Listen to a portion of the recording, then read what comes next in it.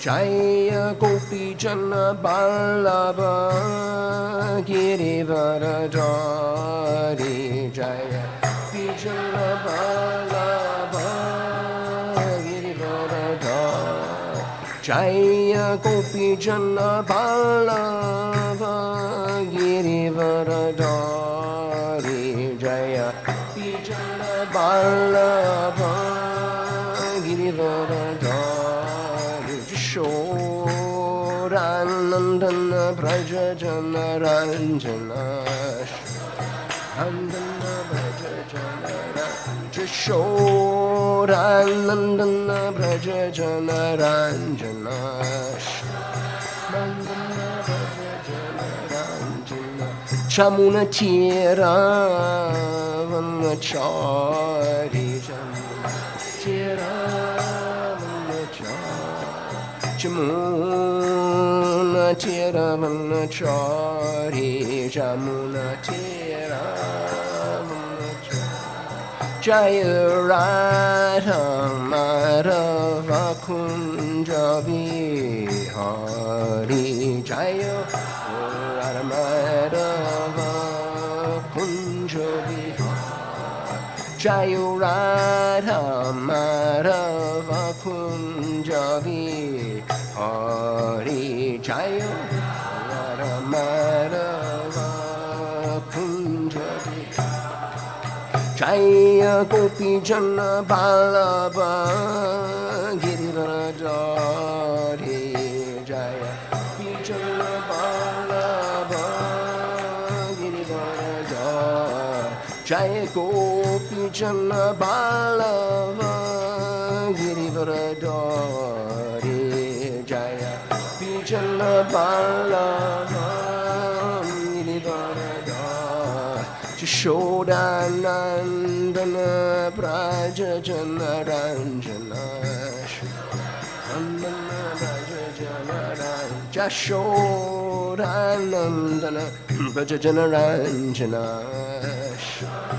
Andana Braja Jana Ranjana Jamuna Tira Vanachari Jamuna Tira Vanachari Jamuna Tira Vanachari Jamuna Tira Vanachari Jayo Radha Madhava Kunja Bihari Jayo Radha Madhava Kunja Jai Gopi Jana Ballabha Girivaradari Jaya Gopi Jana Ballabha Girivaradari Jaya Gopi Jana Ballabha Girivaradari Jaya Gopi Jana Ballabha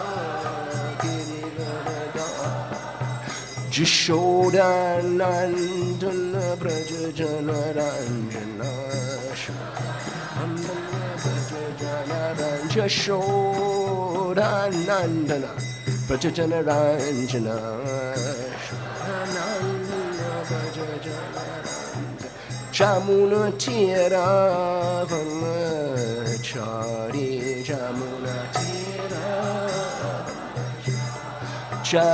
Jamuna Tira Vanachari Jamuna Tira Vanachari Jayo Radha Madhava Kunja Bihari Jaya Radha Madhava Kunja Bihari Jayo Radha Madhava Kunja Bihari Jaya Radha Madhava Kunja Bihari Srila Prabhupada Ki Jai.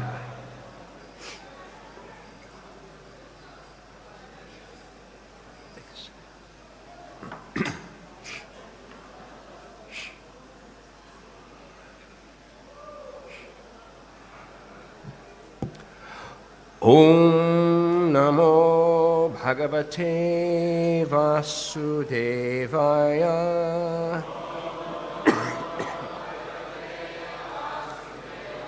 Om Namo Bhagavate Vasudevaya.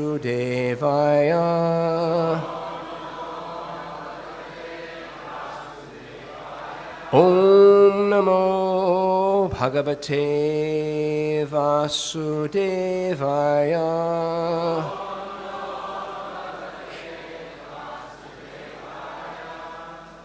So we're given a challenge this morning. We have 20 verses to cover, and not so fairly minimal purports. So we'll have fun with it and we'll do the best we can. So I'm going to read the, which verse do we have up on the board?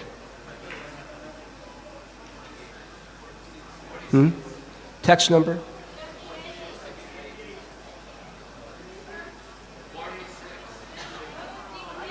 Oh, but which is the verse?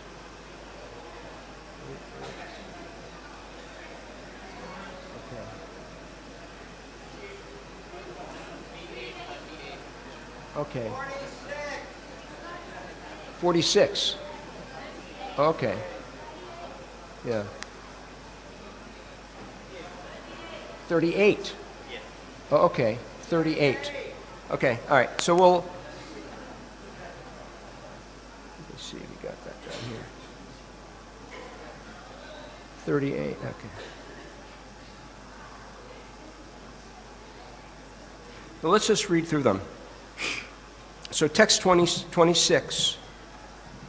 The inhabitants of Gandharva Loka and Charna Loka then took the opportunity to play their musical instruments, such as conch shells, bugles, and drums. They began dancing and singing along with their wives. So all the excitement is the fact that the goddess of fortune has now taken up residence at the bosom of the Supreme Lord. And she's giving various benedictions. Text number 27. Lord Brahma, Lord Shiva, the great sage Angira, and similar directors of universal management showered flowers and chanted mantras, indicating the transcendental glories of the Supreme Personality of Godhead. All the demigods, along with the Prajapatis and their descendants, being blessed by Lakshmi's glance upon them, were immediately enriched with good behavior and transcendental qualities. Thus, they were very much satisfied. O king, because of being neglected by the goddess of fortune, the demons and Rakshasas were depressed, bewildered, and frustrated, and thus they became shameless. Next appeared Varuni, the lotus-eyed goddess who controls drunkards. With the permission of the Supreme Personality of Godhead Krishna, the demons, headed by Bali Maharaj, took possession of this young girl. Remember now, Bali Maharaj, though he was the king of the demons, he was a great exalted personality. He's one of the 12 Mahajans. Svayambur Naradakshambhu Komalam Kapilo Manu Pralado Janako Bhishmo Balir Vayasakir Vayam. So I guess she's in pretty good shape. O king, thereafter, while the sons of Kashyapa, both demons and demigods, were engaged in churning the ocean of milk, a very wonderful male person appeared. He was strongly built.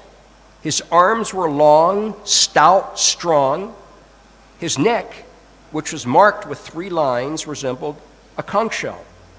His eyes were reddish. His complexion was blackish. He was very young.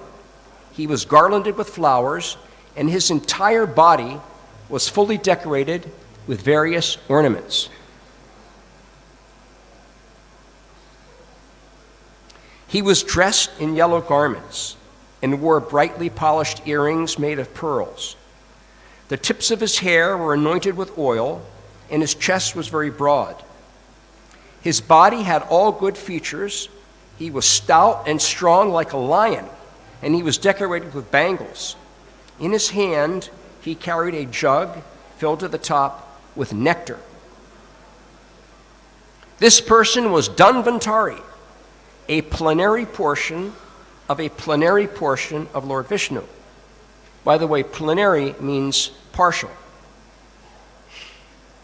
He was very conversant in the science of medicine, and as one of the demigods, he was permitted to take a share in sacrifices. Now we have a little purport where Prabhupada is quoting Madhvacharya. So Madhvacharya says, Dhanvantari, who was carrying the jug containing nectar, was a plenary incarnation of the Supreme Personality of Godhead.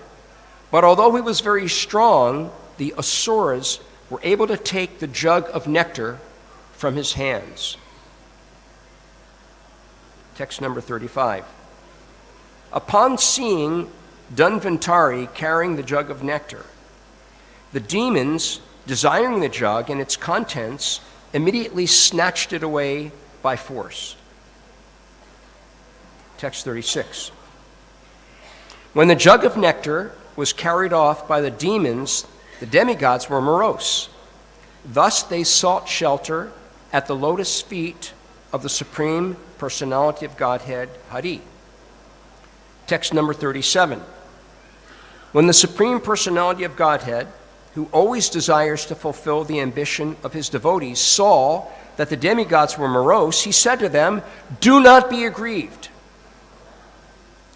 By my own energy I shall bewilder the demons by creating a quarrel among them, and in this way I shall fulfill your desire to have the nectar." Text number 38. O king, a quarrel then arose among the demons over who would get the nectar first. Each of them said, "You cannot drink first. I must drink it first. Me first, not you."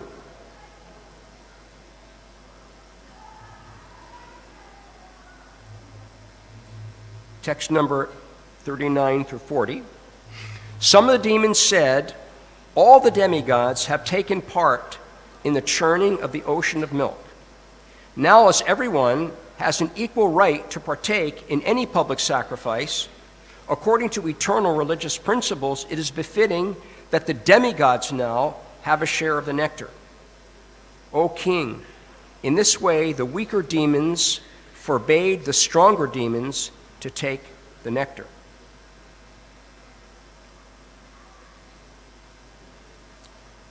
And the final 6 texts are all together.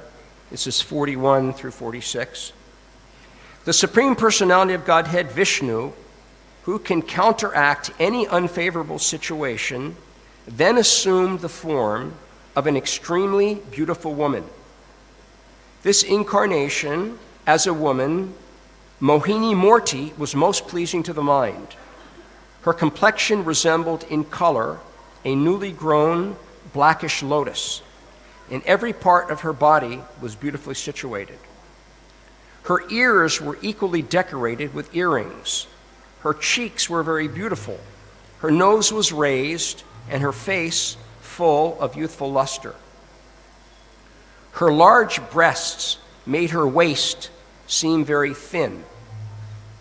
Attracted by the aroma of her face and body, bumblebees hummed about her, and thus her eyes were restless.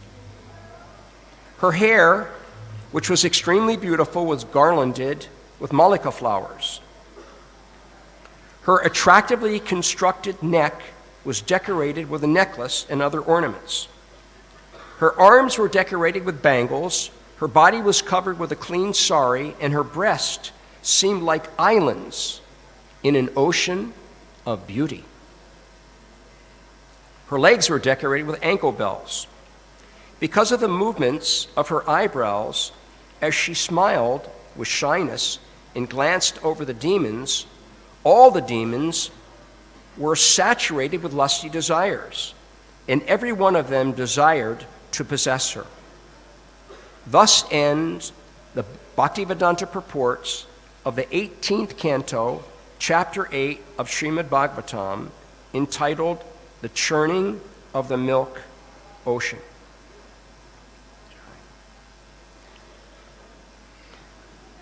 Om Jnana Timirandasya Gyananjana Salakaya Chakshur Unmeritam Jena Tasmai Shri Gurave Namaha Mukam Karoti Vachalam Pangun Langayate Girim Yakripa Tamaham Vande Shri Gurundina Taranam Vanchakalpatarubhyascha Kripa Sindubhya Eva Cha Patitanang Pavanebhyo Vaishnavebhyo Namo Namaha. So, at this juncture, we're now going from one chapter to another, and we just had a ton of verses here. Might be nice to take a moment and contemplate why are we all here in this Srimad Bhagavatam class.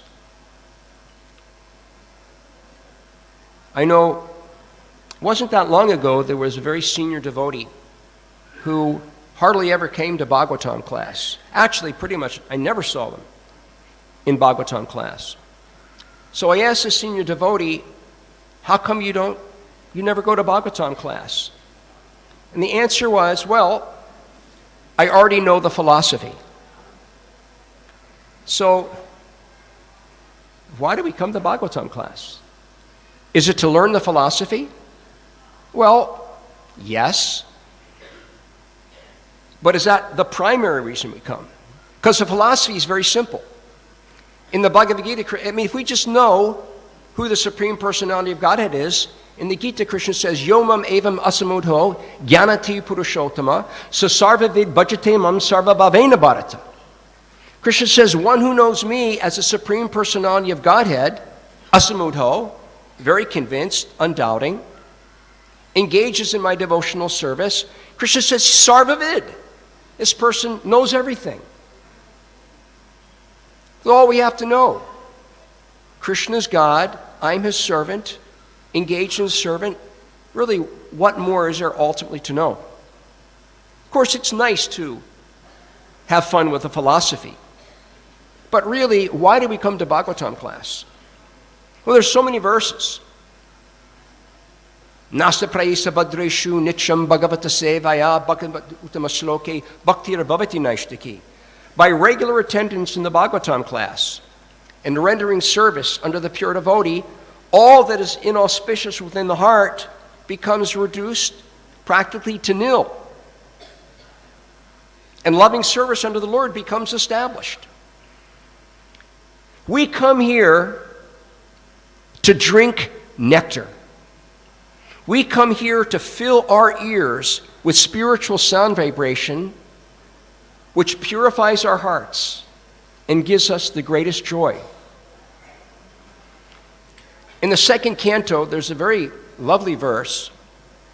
Pibanti ye bhagdava atmasatang katamritam shravana puteshu sambritam punanti te vishya vadushitashayam vrajanti chacharana sarorhantikam. This is describing, pibanti means to drink. Pibanti bhagdava atmasatam. Satam is the devotees. Devotees come to drink. Katamritam shravana puteshu sambritam. So this nectar, this transcendental sound, that puteshu sambritam, to fill, puteshu means the holes of the ears, and sambritam means completely. To fill our ears with the nectar of spiritual sound vibration. And the result is punanti. Punanti, which means become purified. Punanti te vishya vadushitashayam.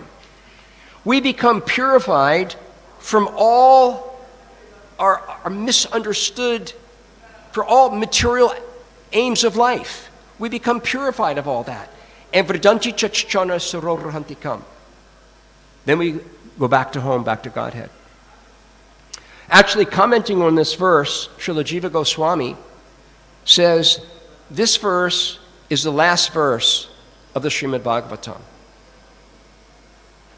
Of course, we know that, technically it's not the last verse, but it is, if we can understand this verse, we've got it all. Yeah? Fill our ears with spiritual sound and become completely purified. There's another beautiful verse by Kapila Dev where he says, Satang prasangang mamavirya samvido bhavanti hritkarana rasayana kata taj joshad ashpapavargavart manishradha ratir bhaktir anukramishati. Devotees come together, Satang prasanga. Sangha means association, and prasanga means the best association. Devotees seek that best association, satang prasangang mamavirya sangvido. Because when devotees come together, we discuss the very powerful, enlightening pastimes of Krishna.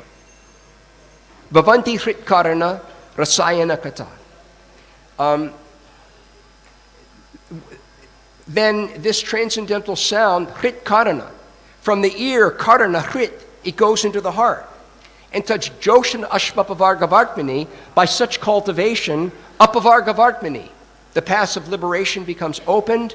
And here's the important part, shraddha ratir bhaktir anukramishati. So, shraddha is faith. The first thing we get when we come together and hear this spiritual sound is faith. Shraddha ratir bhaktir anukramishati. Anu means to follow, kramishati in this order. So we get faith, we get taste, and we get bhakti. And how important is faith? Faith is what will sustain us from the beginning of spiritual life. There's that verse, Adho Shada Tata Sadhu Sangana Pajanikra Tato Anartanavritishyat. This verse is describing Shraddha to praying. That we begin with faith. And just like Rupa Goswami, he talks about utsahan nishchaya daira, enthusiasm, confidence, and patience. Well, confidence is the same as faith. If we think about it, we're on a path. We're on a long, critically important path. We're going back to Godhead. In one sense, it's not an easy mission, but it is very doable. Now, if we don't have faith that there really is Vrindavan, there really is a spiritual world, we don't really have faith that we're actually going to be able to achieve it, then how will we be able to remain enthusiastic? And how will we have patience? Faith is actually the most critical.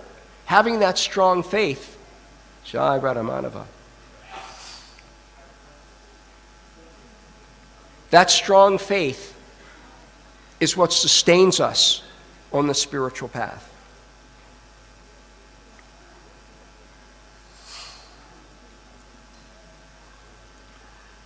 We have one purport that when they originally asked me to give the class, they were saying this is the purport they wanted me to speak on. So I'm going to read that purport. O king, a quarrel then arose among the demons over who would get the nectar first. Each of them said, you cannot drink it first, I must drink it first. Me first, not you. So let's read the purport. This is the symptom of demons. The first concern of a non-devotee is how to enjoy his personal sense gratification at once, whereas the devotee's first concern is to satisfy the Lord. This is a distinction between the non-devotee and the devotee. In this material world, since most people are non-devotees, they regularly fight, compete, disagree, and war among themselves. For everyone wants to enjoy and satisfy his own senses. Therefore, unless such demons become Krishna conscious and are trained to satisfy the sense of the Lord, there is no question of peace in human society or any other society, even that of the demigods. The demigods and the devotees, however, always surrender to the lotus feet of the Lord, and thus the Lord is always anxious to satisfy their ambitions. Thus the demons fight to satisfy their senses. Devotees engage in devotional service to satisfy the senses of the Lord. The members of the Krishna consciousness movement must be alert in this regard. Then the preaching of this Krishna consciousness movement will be successful. So when I read this purport, I was trying to decide which way to take this, or what sort of jumped out at me. And what I'm sort of getting from this report is that Prabhupada really wants us to come at least to the Madhyam platform where we are making distinctions. You see, the Kanishta Adhikari, even though he may have Harinam, initiation, he sees the deity, he recognizes there's a deity, and then there's everybody else. But the Madhyam Adhikari, he distinguishing there's the deity, there's the devotees, and by the way, amongst your devotees, there are many different stripes or gradations of devotees. And even amongst the demons, there's many different categories of those in the demoniac sector. Some are more innocent, some are just hardcore atheistic demons that hate Krishna to the end. And we have to be able to make these distinctions in order to properly preach. Rupa Goswami teaches us the verse, Krishneti jasya giritang manasendriyeta dikshasti chet pranatibish chabadansham isham shushushayabhajana vigyamananya anya nindari shunyam hridab ipsita sangalabhya. So Rupa Goswami is advising us to make these distinctions. Krishneti jasya girisang manasendriyeta. Manasendriyeta, in our mind, we offer respect to anyone who can get out of their mouth Krishna. Just like Devahuti, she says that famous verse, Aho batasvapachto griyan vajjivagre vartate namatubhyam tepus tapaste juhuvar arnam brahmano chunami granantiyete. Devahuti is saying that how glorious that someone, even born in the family of dog eaters, if they just say the holy name comes out of their mouth, and they must have, in previous lives, performed so many sacrifices, bathed in holy places, and studied so many scriptures. So we appreciate anyone that vibrates the name of Krishna. Now, dikshasti chek panabishchapajantam isham. Those that are very serious about spiritual life and are practicing diksha, dikshasti chek, those who are very much sincerely engaged, we offer our obeisances. But then shushushayabhajana vigyamananya anya nindari shunya praditsita sangalabhya. Those exalted devotees who are completely free from the desire to criticize others, we fall at their feet, we crave their association, and we serve them. Now, when it's saying one who's freed from the desire to criticize others, if you think about it, it doesn't mean that they're just not criticizing. In other words, if I'll speak for myself, we're very careful to not criticize. And sometimes I may feel a desire to criticize, but I remember, not a good idea, so I try not to criticize. But a really exalted devotee, he actually has no desire at all to criticize. It's gone. Because he sees himself as he's so humble that how can he criticize anyone? He has absolutely no propensity to criticize because of his actual humility. Okay, so we got it. If we're going to preach in spiritual life, we've got to make these distinctions. Who's a devotee? What level are devotees at? Because it's important who we associate with. One of the, I guess, unfortunate things that I often have to, and I'm sure others of us have the same experience, when a new person starts coming to the temple, maybe there's someone coming regularly to the Sunday feast, if they're getting a little bit serious, and we know they're going to start coming maybe during the week to the temple, One of the first things I have to tell them is be very careful who you associate with. You've really got to pick your association. So this distinction is very important. But now we're going to take this whole concept, and just like a pancake, we're going to flip it over to the other side, because Lord Chaitanya, when Lord Chaitanya was enlightening Sanatana Goswami, Lord Chaitanya flips it all over. And there's the famous verse is Jannar Chitte Krishna Prem Kuriye Udoy Tandarvaka Kriya Mudra Vigeya Nabujoy. Lord Chaitanya told Sanatana Goswami that one who was Vigeya, one who was most educated, one who's most learned, Vigeya Nabujoy, he cannot tell who is actually advanced and who's not advanced. Janna Kriya, Mudra, and Vakya. Vakya means words. By one's words, Kriya, Vakya, words, Kriya, actions, and Mudra, symptoms. You can't always tell. Now, let's think of some examples. Probably one of the great examples was Daksha. Daksha's pride got in the way. Daksha, by the way, is a very exalted devotee. He's one of the great Prajapatis. But when he entered that great sacrificial arena where so many exalted personalities were there, including Lord Shiva, everyone bowed down to Daksha, but not Lord Shiva. I mean, even socially, he was Lord Shiva was the father-in-law of Daksha. And of course, he was Lord Shiva, so exalted. But because Lord Shiva did not bow down, Daksha became so bewildered, he started criticizing Lord Shiva. He started saying how Lord Shiva is his company. He hangs out with ghosts and hobgoblins. And he's often seen in crematoriums, smearing his body with ashes and wearing garlands of skulls. He doesn't bathe regularly. He doesn't have a proper residence. In fact, he doesn't have a home at all. And he doesn't dress properly. In fact, he doesn't dress at all. He said that my daughter, Sati, she has eyes just like a doe, a young female deer. But Lord Shiva, he has eyes like a monkey. So, because of pride, he wasn't able to perceive.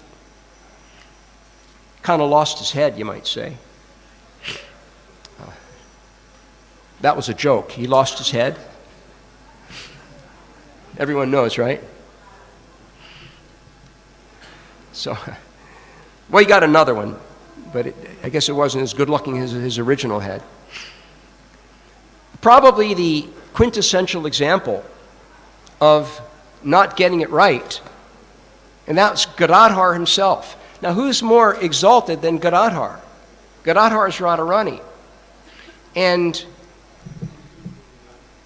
so this was a wonderful pastime in Chaitanya Lila, where Lord Chaitanya was crying out, Pundarik, Pundarik, Pundarik Vijanidhi, Pundarik Vijanidhi, oh my Father, when will you come? My Father, when will you come? In great ecstasy. Lord Chaitanya said that anyone who even says the name Pundarik, the whole universe becomes purified just by saying his name. Why was he calling him Father? Because Pundarik Vijanidhi in Krishna Lila was King Vrishabhanu, was the father of Radharani. So he was calling him Father. And actually nobody knew who he was. Nobody knew who Lord Chaitanya was talking about. Nobody knew who Pundarik Vijanidhi was, except for Mukunda. Anyway, feeling the desire of Mahaprabhu, Pundarik Vijayanidhi. By the way, Lord Chaitanya also called him Premanidhi. He was so exalted and so advanced, he came to Navadvip. Now, when Pundarik came, Mukunda went to Gadadhar and said, "Would you like to meet one of the most exalted of all Vaishnavas who is completely full in Krishna Prem?" Gadadhar said, "Yes, please, take me. I need this person's association." So, Mukunda and Gadadhar went to see. Now, imagine what Gadadhar was imagining in his mind. He's thinking he's going to meet this sadhu with practically no worldly possessions at all. But what did Gadadhar see when he met Pundarik Vijayanidhi? Pundarik Vijayanidhi was being carried on a palanquin, and he was seated within that palanquin on a brass bed. This brass bed had three tiers. And Pundarik was lying back on red satin sheets with silk pillows. And within an arm's reach, there was a box, a jewel-studded box, all full of pan and betel nuts and all types of fragrant spices.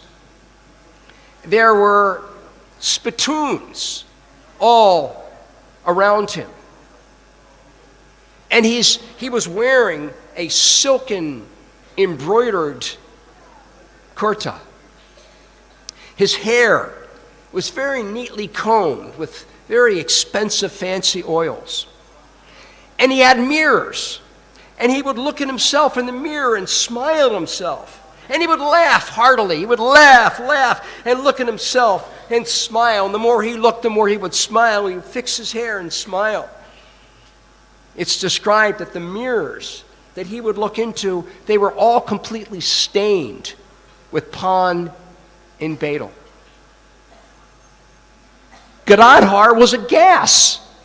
He couldn't believe why he was taken to see the ultimate sense enjoyer when he was promised he was going to take into scene an exalted Vaishnava full in Krishna Prem. What to do? Mukunda thought, oh my gosh, I've got to do something. So, knowing the mood of Gadadhar, he decided that he would say a prayer from the 10th canto of the Srimad Bhagavatam that would reveal to Gadadhar who Pundarik Vijayanidhi actually was. So, he quoted a verse that describes how Putana, this Rakshasi demon Putana, was very fond of drinking the blood of young children. And she had come with the express purpose of killing little baby Krishna. And she smeared upon her breast poison that was so powerful that 1,000 men could be killed by just a drop of this poison. And she put her breast into the mouth of baby Krishna. And Krishna gave her the liberation of being Krishna's mother in Goloka Vrindavan. That's how merciful Krishna was. When Pundarik Vijayanidhi heard this verse, horripilations, his hair stood on end. The pores of his body began exuding puddles and puddles of perspiration. His eyes were like the tears were flowing out of his eyes, just like the Ganges River during the monsoon season. Water was just pouring. And he began shaking and thrashing. And his silk shirt, he ripped his shirt off. And he started thrashing and breaking up all the pots, breaking the mirrors, breaking the bed. And finally he fell to the ground. And he's thrashing and thrashing, and he's saying, Krishna, Krishna, you are so merciful. You are so merciful to Putana. What about me? What about me? Why can't I get your mercy? 10 men tried to hold him down, unsuccessfully. But eventually, he fell completely into trance. When Gadadhar witnessed the true nature of Pundarik Vijayanidhi, he felt as if he'd made it the greatest offense of all, offending such an exalted Vaishnava. So when Pundarik finally came back to external consciousness, Gadadhar thought, the only way I can alleviate myself from such a great offense is to beg Pundarik Vijayanidhi to initiate me as his disciple. And Pundarik, as he came to external consciousness, was completely understood, and he initiated Gadadhar. And anyway, this is just an example of how we don't always get it right. Another thing that jumps out at me in this whole section of the Bhagavatam is the danger of pride, and how careful all of us have to be of pride. Because pride is what started the whole episode of churning of the ocean of milk. Because if we can back up a little bit, we can remember back to where Durvas Muni, remember? Durvas Muni had witnessed when Indra was passing along the road on Airavata, his elephant. Durvas Muni offered a very wonderful garland to to Indra. Now, by the way, the garland that he offered was not like one of these, a cheap 20 rupee or 10 rupee garland that you're going to buy in the marketplace. Remember, Durvas Muni was a great mystic. So the flowers, each and every flower in this garland was brought from different places in the heavenly planets and all put together so perfectly. And this was offered with great, great devotion. Why? Because Durvas Muni was actually like an incarnation of Lord Shiva, a great, great Vaishnava. And he offered it with his heart. But because of pride, Indra just took that garland and not accepting, he threw it to Airavata, his elephant, and an elephant, he didn't know the difference. He just dropped it on the ground and trampled it. Therefore, Durvas Muni cursed that Indra would lose all of his opulence. Right? And that's sort of what got us in the position that we are today, at least in this section of the Bhagavatam. Queen Kunti advises, Janmaisvarya Shruti Shubhya Edamanak Vadak Puman Naivar Hatyabihatum Vaitoma Kinchana Gochara, that opulences within this world, Janma means taking high birth, Aishvarya, having great wealth or opulence, Shruti, great education, and Shribir, beautiful physical form, that these things, Edamanak Madak Puman, mother means mad. They make one crazy. So I want to read what, do I have that here? Yes. I want to read what Prabhupada said right at the section where where Indra got cursed, got pride and opulence. Prabhupada says in his purport, to be extremely opulent in materialistic advancement is sometimes risky. The materially opulent person does not care about anyone, and thus he commits offenses to great personalities, such as devotees and great saints. This is the way of material opulence. As described by Sukadeva Goswami, Dana, Dorma, Danda. Too much wealth makes one blind. This happens to even Indra in his heavenly kingdom, and what to speak of others. So, Krishna,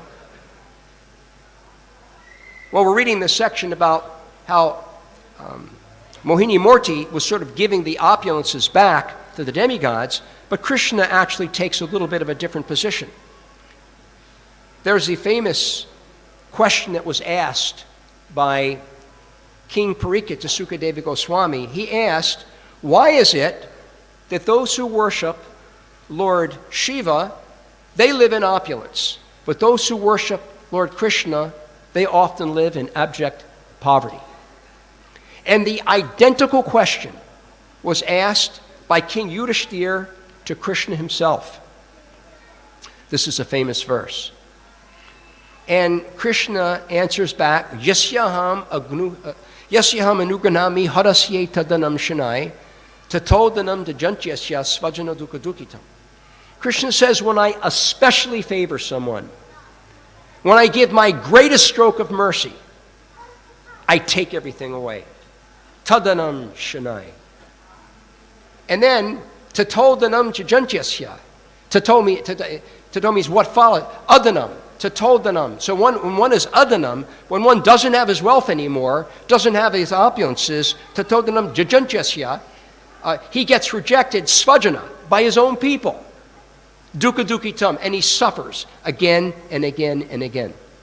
So being without our opulences, being without all of our prestige, and being in a position where we're recognizing that we are suffering within this world, that is conducive. That's what's necessary for us to advance in spiritual life. We have to recognize that we are in an ocean of material birth and death. Being separate from Krishna in this material world, from the heavenly planets to the hellish planets, everywhere, it's all misery. And therefore, if we can recognize this, that we will know that the greatest blessing is to somehow find that, in this ocean of material existence, find that captain, find that ship that can get us out of this material existence and take us back to the spiritual world. In the Srimad Bhagavatam, early on, when Sutta Goswami appears before the sages of Naimisharanya, the sages say, Tvam sandoshito datra dushtaram nishtatirshitam kalim satvarhapum sam karnadara ivarnava. They said, we think we've met your grace by the will of providence. This meeting, sandarshito, coming together, datra, providence. Tamna sandarshito datra dushtaram nishtatirshitam, those desiring to cross beyond. Because Kalim, this age of Kali, Kalim sattva harapumsam. It takes away all good sattva haram. It takes all good qualities away. Therefore, Karnadara Ivarnavam, we accept you as a captain of our ship. By the way, an interesting aside here. Karnadara. How many people know this verse, by the way, by heart? Tamna sandoshita dratra. Okay, so some of us know the verse. Now, Karnadara, what does Karnadara mean? Because it's captain. But how do we get captain from Karna and Dara? What is Karna? We know the word Karna. Karna's ear. And what's Dara? Dara means to grasp. Just like Haladar, name of Balaram. He holds the plow. Or in Hawaii, there's one nice Mataji, Vishvadharani, one who holds the universes. So, Karnadara. So a devotee had called me, and they were discussing in their temple this verse. And they were trying to figure out Karnadara, how is this indicating the captain? And they were sort of speculating, well, Karnadara, he's got your ear, right? They were thinking the spiritual master, he has your ear. Just like that, those of you who know Shakespeare, there's a famous Julius Caesar play where Mark Antony, he says, friends, Romans, and countrymen, lend me your ears. I've come to bury Caesar, not to praise him. So anyway, one who has the ear. Sometimes you say something to someone, and you may say, how does that grab you, right? You're grabbing the ear. And then they were also sort of speculating what it could mean. Because sometimes somebody will grab you by the ear and lead you in a particular direction. When I was a little boy, when I was bad, or I was somewhere where I shouldn't be, my father would grab me by the ear and move me, take me out of where I shouldn't be to where I should be, by the ear. So for some reason, I was really curious about Karnadara, how this is getting to captain. So I called a friend of mine who was a Sanskrit scholar. He teaches Sanskrit. Oh my God. Okay, just give me a couple of minutes here and I'll end it. He's a Sanskrit scholar, and I asked him, Karnadara, how could this be captain? And he said he didn't know, but he would research. So he calls me up about a week later and he says, Nara, I've got it. He said, I was looking at some very, very old dictionaries, and in one of the dictionaries, it says Karna is mentioned in the Rig Veda to mean rudder. How many people do not know what a rudder is? I'll try to explain. Everybody knows what. How many people know what a rudder is? Okay, so you all know. Okay, a rudder is what steers a ship. Now, on old ships, especially, the rudder, because the transom, the back of the boat, is straight, but the rudder goes out. It goes way out, it comes way back in, and it's shaped like what? What's that shape? It's shaped like an ear. It's like a great big ear. So Karnadara, one who is holding the helm, one who's steering the boat. This is Karnadara. This is the actual captain. So I should wind it up here.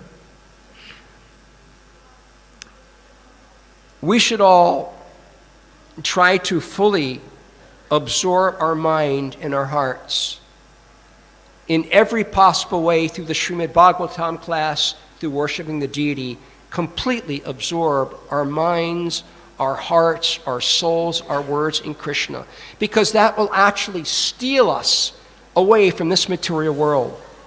Just like that beautiful verse by Rupa Goswami, where he says, Smaram bangi triyaprachitam sachivasnirna drishtim bangshinyastadara kishalam udaram chandrakena govindakyam haritanum itapkeshi patopagante ma prekshishas tavyadisake bandhu sangeste ranga. Let me just break this down and then we'll end. So he says, begins by saying smaran, smiling. When Krishna smiles, I mean, when anybody smiles, it's beautiful, isn't it? Somebody sent me a YouTube video of animals smiling. Now, is a goat a very beautiful animal? But there was a goat smiling. It was the most beautiful thing you'd ever want to see. Camel smiling. What about a rat? This had a rat smiling. The rat was adorable. So, I mean, if anybody smiles, what to speak as when Krishna smiles? To see Krishna smile. Smaran bangi triyaprachitam. So now Krishna's getting ready for this amazing performance where he's going to play his flute, right? So Smanam Bhangi Triaprachitam. This means that he's now assuming the form, the threefold bending form, which I believe is the neck, the waist, and the knees. Is that correct? Neck, waist, knees. Anyway, so he's assuming the threefold bending form. Smanam Bhangi Triaprachitam. Sachi Vasirna Drishtim. Sachi Vasirna Drishtim means sidelong glances. How powerful is eye contact? I mean, we're very selective about who we make eye contact with, aren't we? I mean, you don't just make eye contact with anyone. And when you make eye contact, it's very brief, correct? I mean, like an eye contact is a little too long is weird, right? Because it's too intimate. Now imagine when Krishna makes eye contact. Krishna offers you the sidelong glance, and he's eye contact. It's just, your heart's stolen. So, Smanam Bhangita Sachi Vasirna Drishtim, Vangshi Nyastadara. So he takes his flute, Vangshi Nyasta in Adaram. That means he places his flute to his lips. Vangshi Nyastadaram Kishalam. And his lips are very, very supple. Vangshi Nyastadara Kishalam Ujalam Chandrakena. Okay, now the lighting. In any theatrical performance, or even in any intimate situation, lighting is critical. Lighting, just like in a fancy restaurant, or someone wants to create a romantic atmosphere, they'll have like candlelight or some particular type of lighting. But Krishna, for this amazing performance, he wants the best light. Therefore, Ujalam Chandrakena. Krishna summons the Ujalam, he's very strong, Chandrakena, the light of the moon. Who is this person? Who is this amazing person? Govindakyam. His name is Govinda. Govinda, Hari Tanum, form of the Lord. Itakeshi Taropakante. And where's he going to play? Where's the performance? It's at the Carnegie Hall of the spiritual world. It's at the bank of the Jamuna at Keshigat. Therefore, warning, Ma Prekshista. Ma means not. No, not. Just like that sage, he's giving various benedictions. He gives a benediction to the butcher. He says, Ma jiva, ma mara. Don't live, don't die. Right? Ma. And Krishna says in Gita, Ma shuchaha. Don't worry. I'll protect you from all reaction. So Ma Prekshita says, don't go. Don't come see Radhamanava. Don't come to this Bhagavatam class. Don't go home and read Prabhupada's books. Because Krishna will steal our hearts away. So then, to the contrary, I beg all of us to please dive in. What a perfect opportunity here in Sridham Mayapur. We have the association of so many great Vaishnavas. Dive into that association. Dive into every aspect of the wonderful deities and everything that this holy dham has to offer. And as Krishna says in the Bhagavad Gita, that yang vapi smaram bhavanchate chante kalevaram, whatever state of being we have at the time of death, that state we will attain without fail. If our mind is completely stolen with Krishna, then that will take us back to original home, back to Godhead, back to Goloka Vrindavan. Thank you all very much. All glories to Srila Prabhupada.